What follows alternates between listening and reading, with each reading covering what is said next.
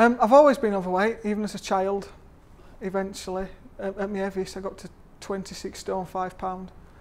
And I just decided that enough were enough, because all the things that I wanted to do with my family, it was prohibiting me from doing. The final straw that made me decide to lose weight was when I took my family away to a holiday camp, to a caravan park, and there was a daytime disco on. And I've always been the sort of dad that, you know, that I've always embraced and tried to do whatever I can with my children. I love my family to bits, and you know, they're a huge part of it. And my little girl asked me if I'd go and join her on the dance floor, because she'd been playing with a little boy and they were doing activities. And as I went over, the boy took one look at me and said, "I don't want to sit with the big fat man." And he just stood up and left. And it was like a train hitting me, because the look on my daughter's face, she just didn't understand, and it just became too much for me. It's one thing, me being overweight, but when there's people that you love, people that you'd die for so they wouldn't feel an ounce of pain, were looking so upset and so confused, and the reality to them that this was my fault and I had to do something about it. During that holiday, I made the decision that I wanted to lose weight, that I had to lose weight, but I had no idea how to go about it, how to start, as I've said. So on the Monday I got back and I did an internet search, and that night I turned up at Slimming World at Kingston School, where the group was held. And I sat in car park and I was nervous, I was shaking. I didn't know what to expect, I didn't know where I laid myself in for, whether it would work. I just bit the bullet. I thought, I've got to do this, because I'm doing it for more than me. I'm doing it for my family, I'm doing it for my children.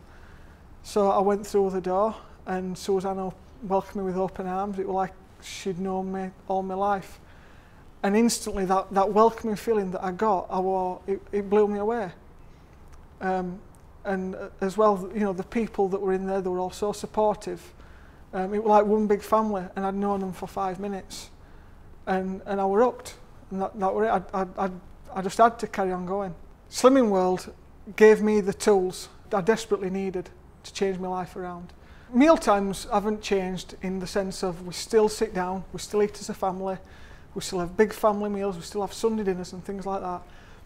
But I've sort of, with Slimming World's help, I've educated myself into cooking things either in a more healthy way, or more healthy variations or alternatives of things.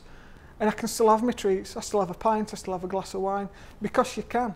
But it's just working it into a healthy lifestyle and not taking things to excess. I feel like it's not just my life that I've changed, it's my family's as well. There's not many people reaches a weight of nearly 27 stone and then goes on to live a wide and varied life to a ripe old age.